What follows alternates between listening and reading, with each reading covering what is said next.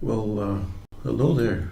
And hello. And hello to you all as well, folks.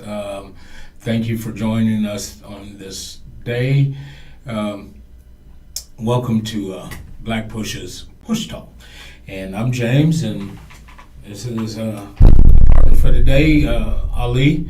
And we want to just say thank you for joining us today. So we have a really interesting story, which it's twofold, if you will, and it is actually pretty exciting for the most part. It's very informative.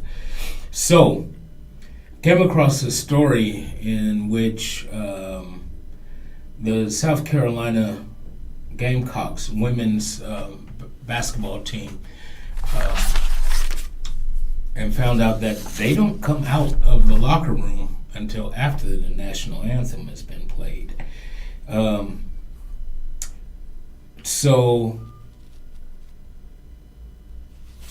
it is the coach and of course the team's decision to do so for their home games, and they've been doing it since 2021. So they've been doing it for quite some time at not coming out, and it is in protest to social injustices in our country.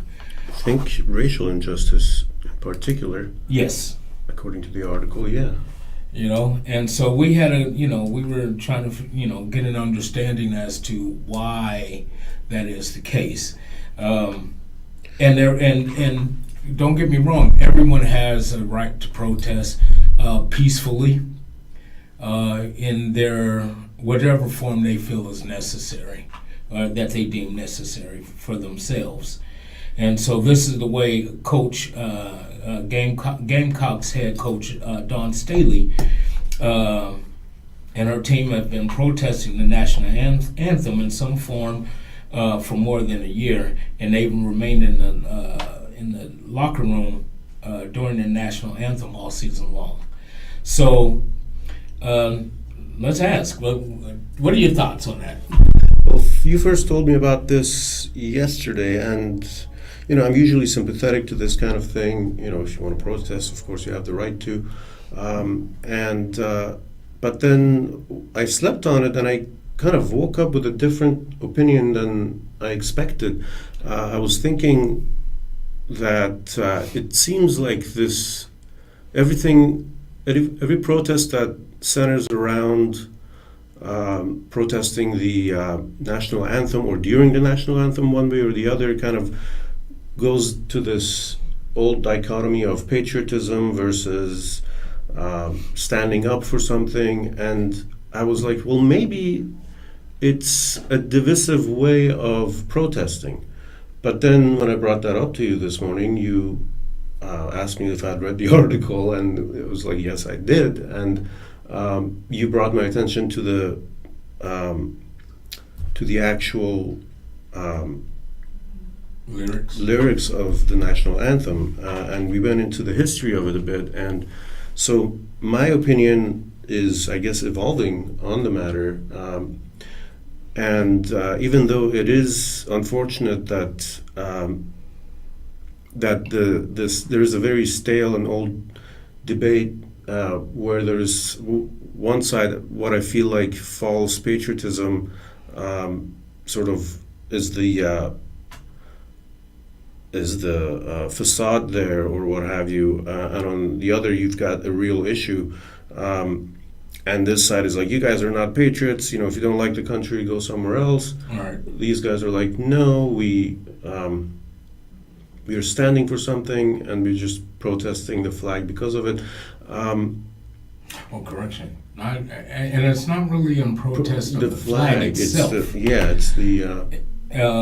It's the lyrics, right. of the entire. So tell us why the entirety of the song, right, versus what we actually hear when the national anthem is played. Yeah, tell us. So what we hear is, "Oh, say, can you see by the dawn's early light what so proudly we hailed at the twilight's last gleam? Right. Whose broad stripes and bright stars through the perilous fight o'er the ramparts we watched were so gallantly streaming." And the rocket's red glare, the bombs bursting in the air gave proof to the night that our flag was still there. Oh, say does that star-spangled banner yet wave, or the land of the free and the home of the brave. And But that's only a portion. right.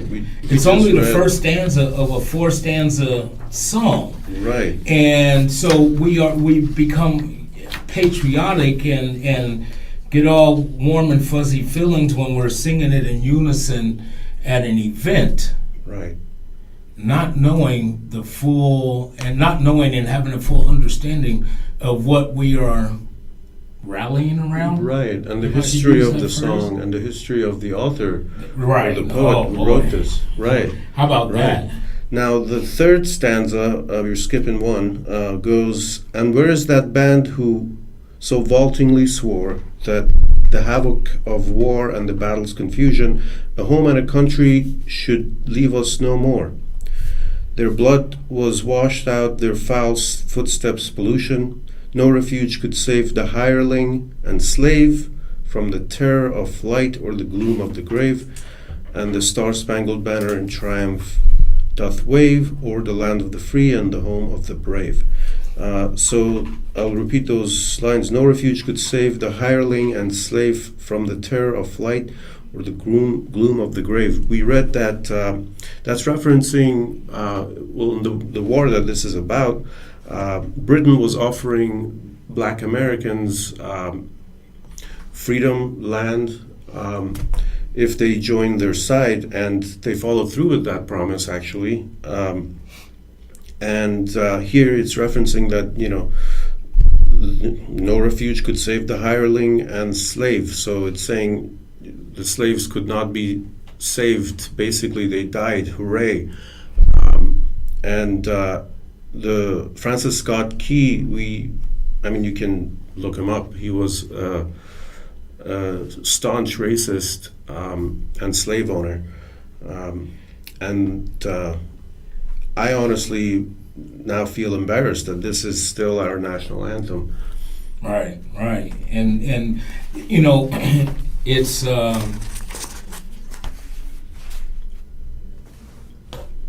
the first stanza of this song actually promotes patriotism, and it gets people riled up in the whole nine. But for those who do their due diligence in learning the actual song in its entirety, then discover that there are some things in this song that are, I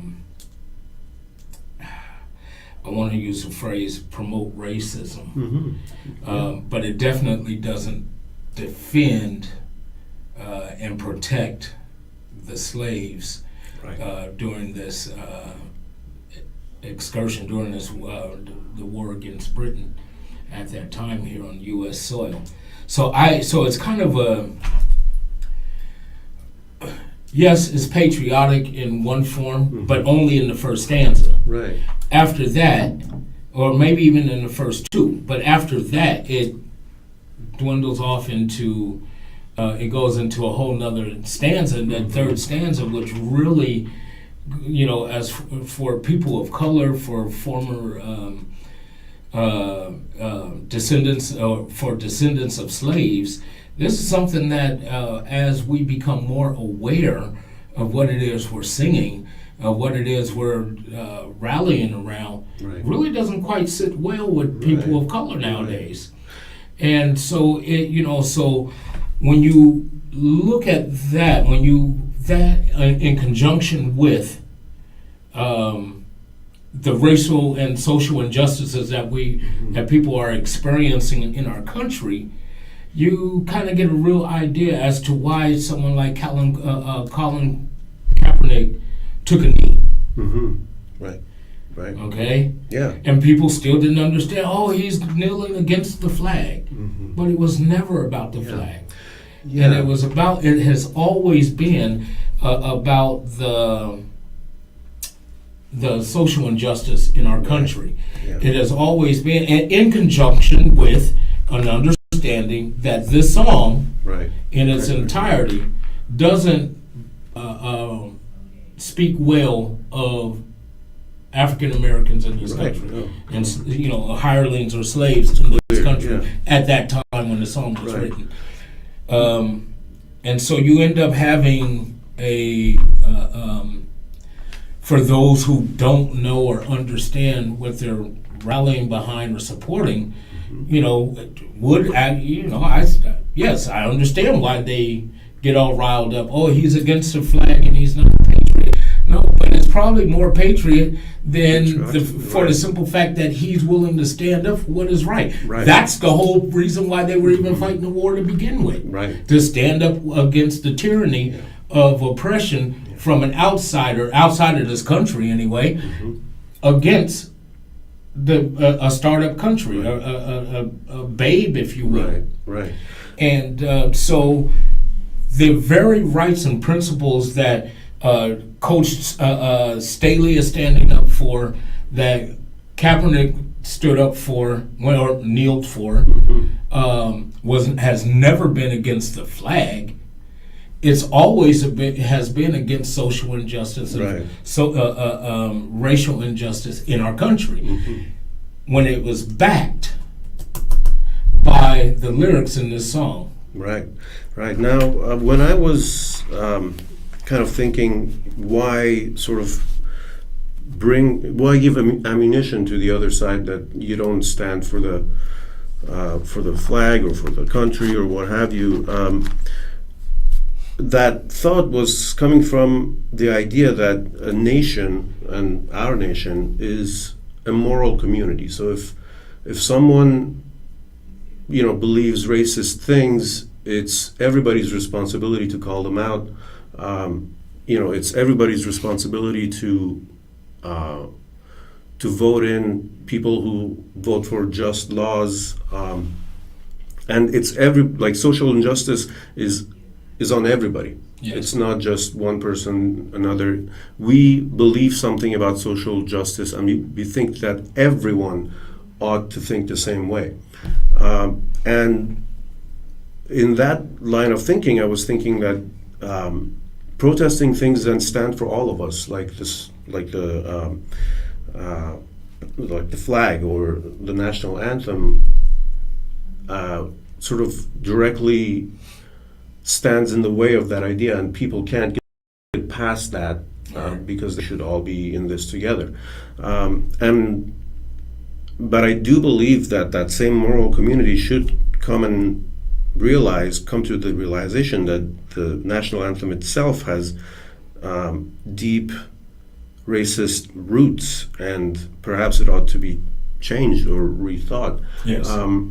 What I was going to ask you then, because I feel like the first thing that's going to come up is, this is our traditions. It's a very old argument that, when the monuments are being removed, it's our heritage. Why are you taking it away? What's your response to that? Well, I would definitely say that when it comes to tradition, heritage, we have to look at, when it comes to removing those things, why they were erected to begin with, why it was pinned to begin with. We find our heroes we all have our opinion of what a hero is and who our heroes might be. And so I get it. And yes, in that form, I guess it would be heritage because you believe that this person is a hero. But remember what they were, I think the part that escapes a lot of people is the fact that why they were even, what they were battling and fighting for to even become called a hero. To ascertain that title, right, to begin with, as a hero. When you are directly in, when you are directly defying a country and civil disobedience in a country to fight and stand for your way of life currently at that time, which happened to be slavery, right, and try to defend your stance, and then want to pull away, defect, and leave the country itself and depart and start your own thing. Mm-hmm. You start putting yourself in a position of treason. Yeah. At that point, because when the laws change for everybody across the land, not just for one group of people or another. It's supposed to work for everyone. Right. When the Constitution was penned, yes, it was designed specifically for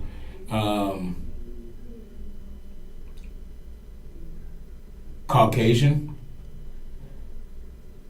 and they do because it even said that blacks were property and Mm-hmm. 3/5 of a man and so on and so forth, Right. and all these things. And so, but you're fighting to defend that stance. Mm-hmm. And this is what a lot of people seem to have a problem with. Is it's not so much that, yeah, there are some things that you are. We get why you wanted to do it, but please understand why we are bucking and fighting back against what you're saying that you're standing for. What the statues that you're erecting are people who are generals and military folks who stood for those principles, those Southern principles, in saying that, well, they're our heritage, and we have a right to be able to defend our heritage. Yeah, but your heritage is based in racism. Right. It's based on slavery. Yeah. And so, and because Sir Francis Scott Key was a slave owner, Uh-huh. and he was also a district attorney in Washington D.C., Mm-hmm. which I wasn't aware of, but that was his job. But he helped enact laws that kept the power for slave owners, Right. which he happened to be one of. And so it stands to reason, and I understand why he would pin that into his lyrics or into his poem, Right. which was set to music. And so when you add the two pieces together, why the racial injustice and this song, and you understand what the song is and what it's about at the end of the day, Mm-hmm. it stands to reason.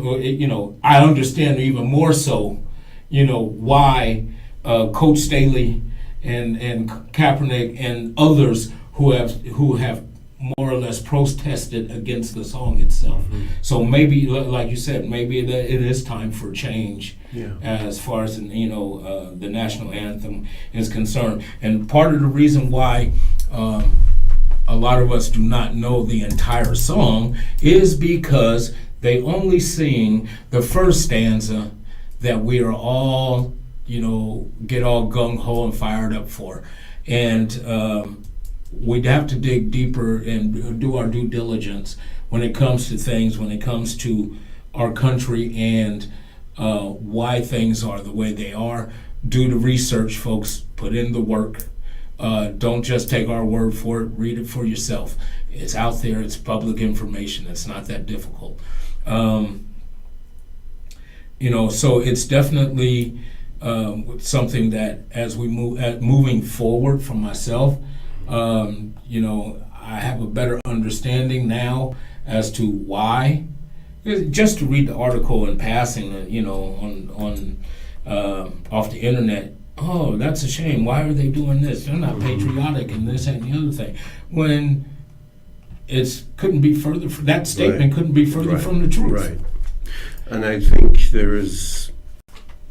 I mean, I find it just a cowardly stance to kind of wrap yourself up in the flag and say somebody else who's criticizing the country is unpatriotic when this country was based on that freedom of criticizing things, voicing your opinion, and making changes. Absolutely. And it's funny because I often wondered, and I know this is kind of a little off topic, but I saw, I think it was in Virginia, Charlotte, Virginia, I think it's called, where the guys were carrying the tiki torches. Oh yeah. And there's someone drove their car through the crowd and killed someone, and everything. And these folks who called themselves patriots, but they had swastikas painted, tattooed on their bodies, and the Heil Hitler salute and the Nazi salute, and the crazy thing about that is you call yourself a patriot, but you are saluting a group of people who were not only extremists but exterminators, if you will, of the Jewish community. The worst criminals in history. Yeah. And then you bring that into this country and call yourself an American patriot when the war, World War II, and the fight against Germany was against that kind of tyranny. Right, absolutely. And call yourself a patriot, but you walk around with the tiki torches? Flag. And I laughed about the tiki torches all day for that one. But they're carrying around the Nazi flag. Right. And then call yourself a patriot when we were at war against that Nazi flag. And now you bring it in and say, oh, yeah, well, it's, it's a... what do you call it? Oxymoron. Right. There's nothing easier than saying I stand for America. America is great. The flag is great. The national anthem is great, because you're not saying anything. You're just saying "Yay us." Yes. And the people who are protesting racial injustice and people who are carrying Nazi flags can both. I mean, can they both? They can't be. I was going to say they both can be described as patriots, but I'm just saying it's an easy thing to wrap yourself around, and you would not be saying anything. If these guys were just saying we are patriots, you wouldn't know them from Nazi protest. Right, exactly. It's what you say that matters, and those guys are saying we stand for Nazism, we stand for white supremacists or supremacy. White supremacy, definitely. Right. Because one of the things that one of the things that they were trying to do when they were in the middle of exterminating the Jews was to promote for lack of a better phrase, white power, and the purity of their race, and so on and so forth. So the problem with that here in the United States is if that's your stance, okay, but please know and understand, to call yourself an American patriot who stood against that particular stance is, you can't really have it both ways. And so people are going to call you out on it, myself being one of them. I'm going to speak against it. I'm going to speak on it. But back to South Carolina women and doing this. Kudos to them for standing up for what they believe in. Congratulations to the Lady Gamecocks of South Carolina in their victory over UConn with a score of 64-49. Ouch. In the final for the women's. Wow. And so it was really. Now, here, one of the interesting things that I found out about this story was that there was a large number of opponents that they played that also did not come out. Oh, wow. And in the Final Four, their opponent, which was Louisville Cardinals, they actually came out and stood on the court. So maybe it's the good versus evil. We're going to get the team, the crowd rally behind us because they never come out for the anthem, but we're going to come out. So maybe that was their ploy. But of course, they did not make it into the finals either. So, and I would be remiss, since we're talking about giving out congratulations, I would also like to congratulate the men's basketball team of Kansas, who defeated University of North Carolina at a score of 72-69. So it was actually a pretty close game. And of course, congratulations to the career of Coach K of Duke.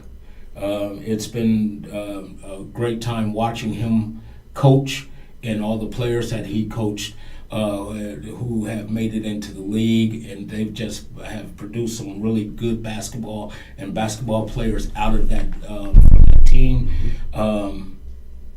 And so congratulations and good luck to your retirement, Coach K, for being an outstanding coach for Duke for all these years. So so before we leave, I just wanted to update everyone on some Black Push news.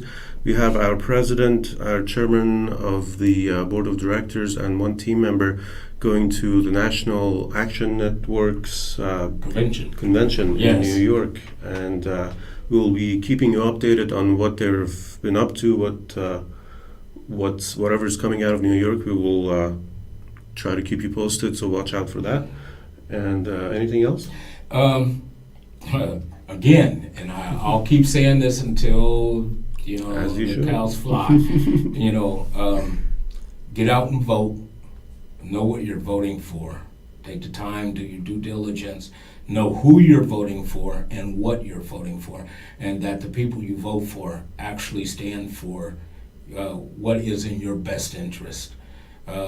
And sometimes that actually crosses political lines. Oh yeah, party absolutely. lines. Right. So don't just vote as I'm a Democrat, I'm going to vote Democrat all the way through, when they may not have your best interests at heart. Right. When it comes to voting in legislations in your city, in your county, in your state, and maybe someone who is a better for the position might happen to be Republican, and vice versa. Right. So vote your best interest, folks.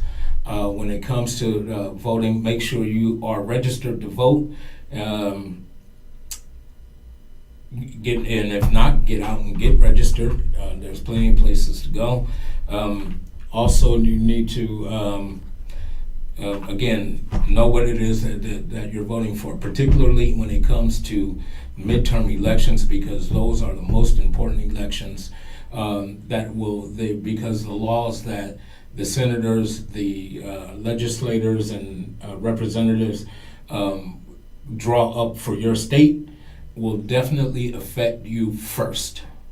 And that is going to be something that, you're going to be you don't want to be mad about. You don't want to be one of those ones who, my vote didn't count, or I didn't vote and things didn't, look where you didn't vote and look where things are. Right. So, get out and vote. Make sure you do your due diligence in studying and getting the topics, so you know what you're voting for, so you can make the best informed decision.